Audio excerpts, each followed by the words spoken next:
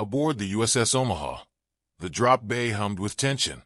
Captain Marcus "Grim" Grayson stood at the center, helmet under one arm, watching his men finish their final checks.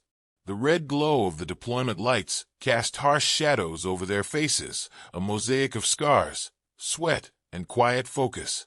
They had been briefed on the situation in the bluntest of terms. The war was being lost. Zethra 9, once a proud UEC stronghold, was on the brink of collapse, its defenders outmatched and outgunned by the Zorvith Dominion. Reinforcements had been thrown at the problem for weeks, but every regiment sent in had been ground to dust. The brass was desperate. That's why they called the Marines. Grayson glanced at his squad. Gunnery Sergeant Jackson Cole strapped extra charges to his vest, checking them with the care of a man who knew their worth. The demolitions expert was always calm before a mission, too focused on the job to let nerves creep in. Across from him, Staff Sergeant Mike O'Connor ran final diagnostics on their interface systems. His fingers danced over the holographic display, breaking into encrypted feeds that had so far baffled UEC command. "Their tactical grid's a joke," he muttered. "Standardized patterns, no organic adjustments. They fight like they expect us to play by their rules." "Good," said Grayson. "We won't." Corporal Luis "Lobo" Rivera adjusted the scope on his rifle, his sharp eyes flicking to the mission timer. "We dropping or waiting for the Zorvith to send us an invitation?" "They don't roll out the welcome mat for dead men," said Private First Class Dave Deacon Harris, tightening the straps on his body armor. He was the squad's close-quarters specialist, his approach to battle somewhere between a holy crusade and a barroom brawl. The intercom crackled. 5 minutes to surface, came the voice of the Omaha's pilot. "Ground reports say the southern defensive perimeter fell 10 minutes ago. Zorvith forces advancing unchecked." Grayson keyed his comm, and UEC forces scattered. That was the kind way of saying dead. The Marines weren't here to reinforce a broken line. They were here to erase it. As the drop pod sealed around them, Grayson locked eyes with each man in turn. "You know the mission. You know the stakes. The UEC fights wars like gentlemen. We don't. We hit hard, fast, and without mercy." He strapped in. "And we win." The launch countdown began. The Omaha's hull shuddered as rail slings accelerated the pod into the abyss.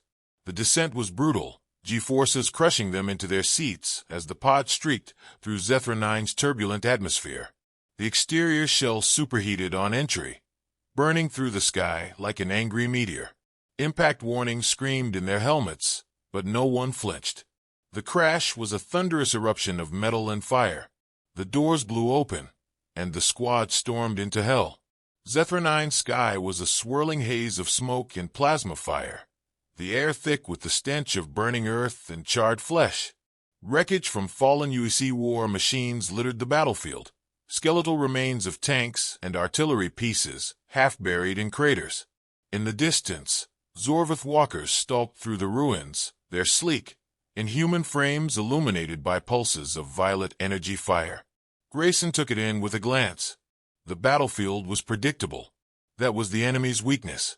He dropped to one knee, bringing up the TAC map on his forearm display. "O'Connor, get me into their comms.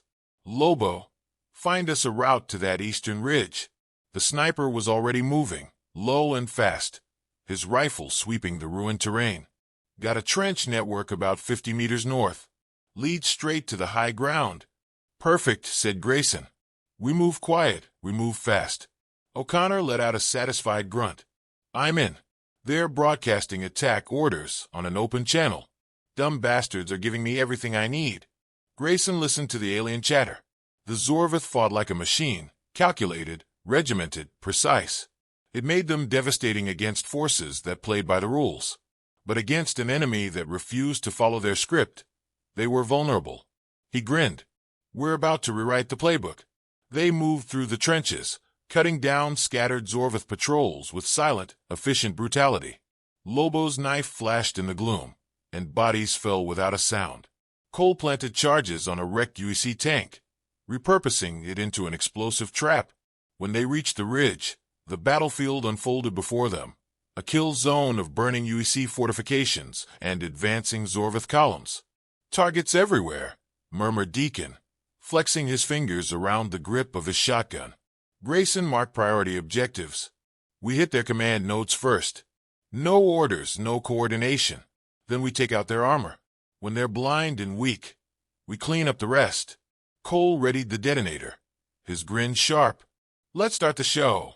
The first explosion tore through the Zorvith's front line, flipping an armored walker onto its side. Chaos erupted as secondary blasts shredded through the tightly packed formations. Lobo fired, his shots punching through the weak points in the enemy's synthetic exoskeletons. O'Connor jammed their targeting systems, forcing the Zorvith to rely on manual aim, something they had never trained for. Then the real slaughter began. Grayson led the charge, rifle barking fire, as he weaved through the confusion. Deacon was a whirlwind of destruction, his shotgun turning close-range engagements into bloody executions. Cole hurled incendiaries into the heart of enemy squads, their armor resistant to plasma, but helpless against good old-fashioned fire. The Zorvith broke faster than expected. Their battle doctrine had no answer for what they were facing. They tried to pull back, to regroup. The Marines didn't let them. By the time the last Zorvith fell, silence hung over the ridge. Grayson surveyed the devastation. Less than 20 minutes on the ground, and they had already changed the momentum of the fight. O'Connor checked his feed. They know something's wrong. High Command scrambling reinforcements. Lobo ejected a spent magazine. Let him. We'll kill them too. Grayson wiped blood from his visor and smiled. Welcome to the war. Smoke curled from the wreckage below, the fires of Cole's handiwork still licking at twisted alien metal. The ridge belonged to them now. But it wouldn't for long. The Zorvith weren't accustomed to losing, and when they did, they retaliated with overwhelming force. Grayson knew that meant one thing. They had minutes before the counterattack came. He tapped his comm. O'Connor. Talk to me. The tech specialist was crouched over a fallen Zorvith, wrist console linked to the alien's neural interface. The creature twitched, its lifeless body convulsing as O'Connor siphoned data from its battlefield network.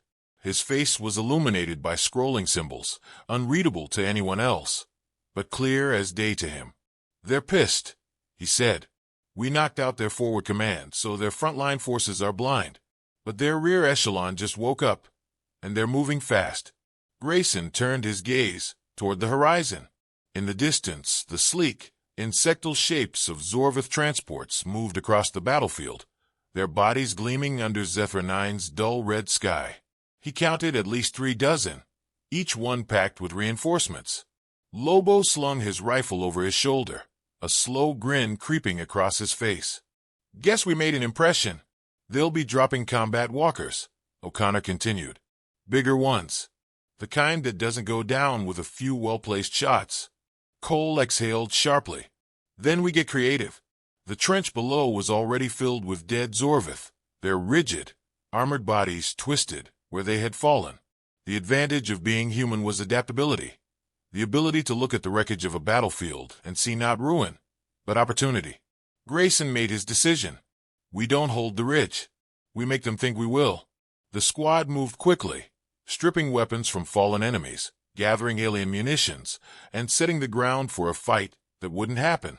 Cole worked with ruthless precision, planting plasma charges in places that would draw the Zorvith's attention but leave their flanks open. Lobo placed a severed Zorvith officer's head on a spike near the trench entrance. Might as well let them know what they're walking into. Deacon took a knee beside a fallen Marine, murmured a quiet prayer, then lifted a discarded alien rifle. The weapon was sleek, its grip awkward in his hands, but he tested its weight, feeling out the balance. We using their own toys against them? O'Connor nodded. Their targeting software prioritizes heat signatures and plasma discharge. If we mimic their energy output, we can make them hesitate. Maybe even trick them into firing on their own men. Grayson allowed himself a small smirk. That's why you're here. Minutes passed. The wind carried the low thrum of approaching engines, the vibration crawling through the ground beneath them. Then the sky darkened as the Zorvith reinforcements arrived. Grayson gave the signal. They fell back, moving through the trenches, pressing against the walls as the first wave of alien soldiers advanced. The Zorvith moved in perfect formation, their sleek rifles raised, scanning for movement. Their command structure had been designed for precision, not improvisation.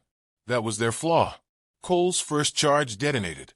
A fireball erupted in the center of the advancing column, sending shockwaves through their ranks. The Zorvith faltered, their coordination breaking for a crucial moment.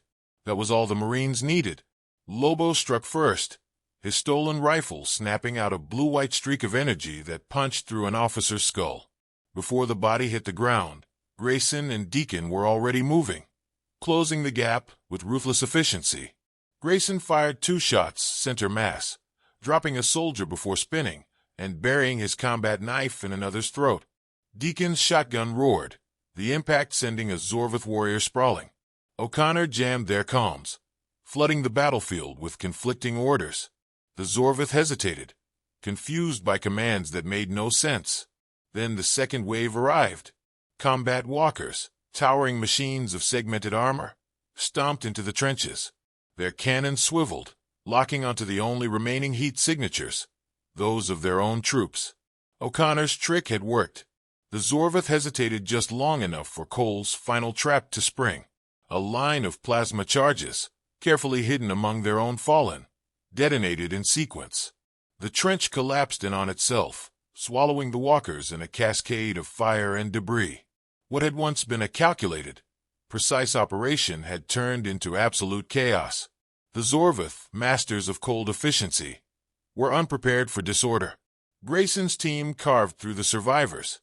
Lobo took out stragglers with surgical precision. Deacon waded through the wreckage, his shotgun the final judgment for any alien still breathing. Cole burned the remaining ammo stockpiles, leaving nothing usable behind. And then, just as suddenly as it had begun, it was over. O'Connor checked his feed. We just killed another battalion. Their command network's in shambles. Grayson wiped blood from his visor. How long until they figure out what happened? O'Connor grinned. Long enough. Lobo nudged a fallen Zorvith with his boot. They're scared. You can see it in the way they fought. They're used to facing armies, not hunters. Deacon ran a hand along his rifle. Then let's teach them fear. Grayson turned his gaze to the horizon, where more Zorvith forces undoubtedly waited. The war wasn't won yet, but in the span of an hour, the rules had changed, and the Zorvith had no idea how to play their new game. The air reeked of scorched metal and ozone, the aftermath of their ambush still drifting in the wind. Zorvith bodies lay where they fell, their dark, chitinous armor cracked and leaking thick, violet ichor. The trench, once a death trap for the Marines, had become their staging ground. But Grayson knew they couldn't stay. The enemy would regroup, and when they did, they wouldn't make the same mistakes. O'Connor knelt beside a fallen Zorvith officer, his wrist console linked to the alien cybernetics. The screen flickered with distorted glyphs as he worked to decrypt their battlefield logs. Their high command is aware something's wrong, he muttered. They've stopped broadcasting standard orders. They know we're listening. Grayson wasn't surprised. The Zorvith had learned their lesson. But that wasn't the problem. What aren't they saying? O'Connor frowned, fingers flicking through incoming data. That's the part that worries me. I've got movement on the far side of the battlefield. Big movement. They're pulling back their infantry, consolidating their armor. He paused, eyes narrowing. They're not reacting to us. They're preparing for something else. Cole wiped sweat from his brow. They got reinforcements coming in. O'Connor shook his head. No. If anything, they're locking themselves down. Like they're waiting for. His eyes widened. Ah, hell. Grayson's got tightened. Talk to me. O'Connor looked up, his face grim. They're about to glass the whole sector. The words settled over them like a death sentence. Deacon exhaled sharply, slamming a fresh magazine into his rifle. We just got here, and they're already nuking their own guys. Grayson understood immediately. The Zorvith weren't used to losing. They weren't going to fight for a battlefield they no longer controlled. They would erase it. Lobo adjusted his scope, scanning the horizon. That explains the retreat. They're getting their high-value assets out of the blast zone. His voice was disturbingly calm. We're not in that category. O'Connor's fingers flew across his console. I'm intercepting orbital signals. They've got a cruiser repositioning, getting ready to fire. If they use their main battery, we're talking total annihilation. Nothing left but a crater. Grayson made his decision. Then we're taking that ship. Cole barked a laugh. That's insane. Insane is staying here and getting vaporized. Grayson shot back. We've been playing defense since we landed. That ends now. O'Connor checked his data feed. There's only one way up there. Their forward command post has a heavy transport, one of their assault landers. If we can reach it, we can punch through their orbital defenses and hijack their cruiser. Deacon's expression hardened. Then let's get moving. They left the trench behind, moving through the ruins with deadly efficiency. The Zorvith, unaware of the humans' plan, had focused their defenses on containing a ground assault. Their perimeter was strong, but not prepared for infiltration. Lobo moved ahead, picking off sentries with precise, silent shots. The squad slipped through the gaps, navigating the war-torn cityscape toward their objective. When they reached the forward command post, Grayson took in the scene. The transport was there, massive, sleek, its boarding ramp flanked by Zorvith warriors in full battle gear. Cole studied the layout. We can't take them in a straight fight, not with those heavy cannons watching the entrance. Grayson turned to O'Connor. Can you jam their internal comms? O'Connor grinned. I can do better. I can make them think the attack is coming from the other side of the base. Minutes later, explosions rocked the far end of the perimeter. The Zorvith reacted immediately, diverting forces toward the false threat. That was all the opening the Marines needed. They struck hard and fast, ripping through the remaining defenders with brutal efficiency. Grayson dropped 2 Zorvith before they could react. Deacon tore through their flank, shotgun blasts echoing through the compound. Cole charged ahead, planting explosives on the heavy cannons. As the enemy scrambled to regroup, the detonations ripped through their defenses. By the time the Zorvith realized what was happening, it was too late. The Marines stormed the transport, clearing the interior with practiced precision. O'Connor locked himself into the control station, hands flying over the alien interface. I've got it. This thing's ours. Grayson took the pilot's seat. The controls were alien, but flying was flying. Everyone strapped in. Locked and loaded, Deacon confirmed. Grayson powered up the engines. Then let's go steal ourselves a warship. As the transport roared into the sky, the battlefield below erupted into chaos. The Zorvith finally realized their mistake, but by then, the Marines were already gone. The stolen transport screamed through the upper atmosphere, its engines straining against the gravitational pull of Zethrum 9. Grayson gritted his teeth as turbulence rocked the cockpit, his hands tight on the alien controls. The Zorvith hadn't designed this craft for human hands, but that didn't matter. He'd flown worse under worse conditions. O'Connor worked furiously at his console, his fingers dancing over flickering alien glyphs. They know we're coming, he said. Cruisers bringing up point defense cannons. Can you jam them? Grayson asked, eyes scanning the readout. The ship's targeting systems were locking onto them, red warnings flashing across the alien display. Jamming won't work, O'Connor replied. They've got redundancies, but I can make them think we're one of theirs, if I can spoof the right clearance codes.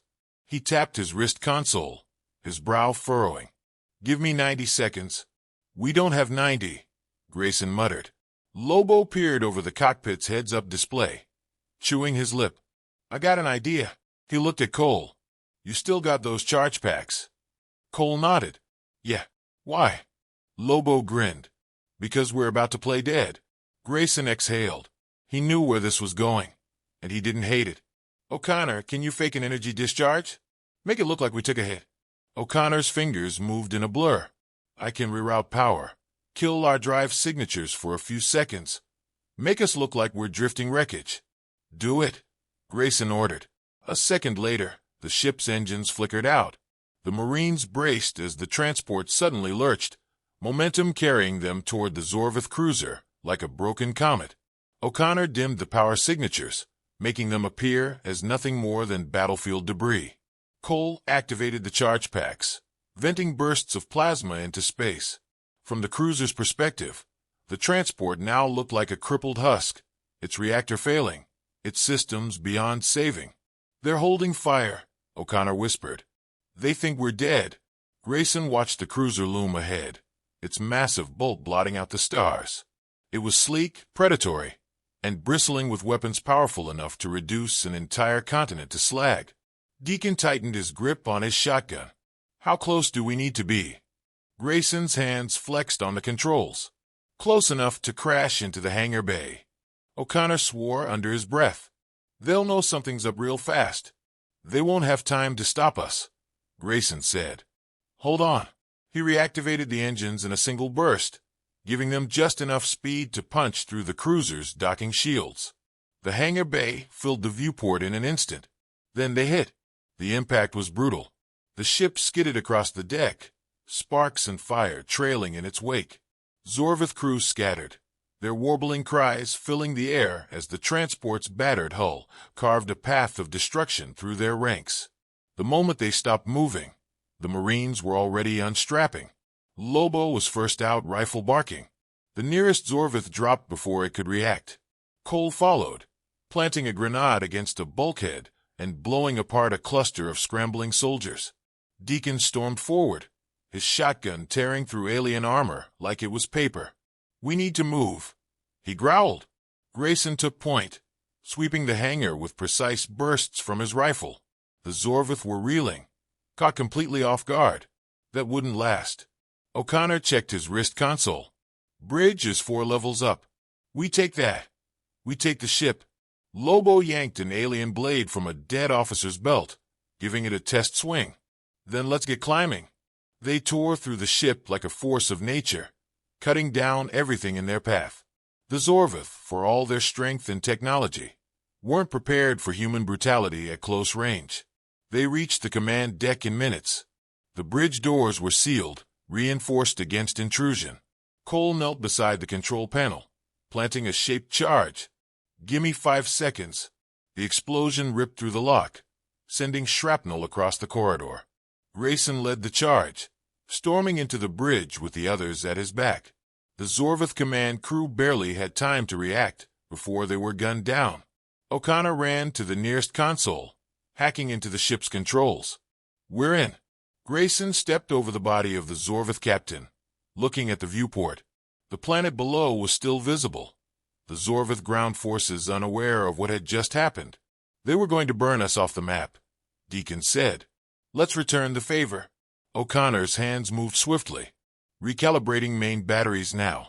Their systems are complex, but he grinned. I got it. The cruiser's weapons turned downward. The Zorvith command centers, artillery emplacements, and defensive lines suddenly found themselves targeted by their own ship. Grayson gave the order. Fire. The bombardment was merciless. The Zorvith below barely had time to react before their war machine was reduced to nothing but fire and dust.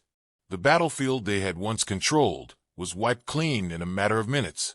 O'Connor leaned back, breathing heavily. They won't recover from this. Lobo chuckled. They'll remember us, though. Grayson exhaled, looking at the devastation below. The Zorvith invasion had been stopped. The war had changed, and the Marines had won.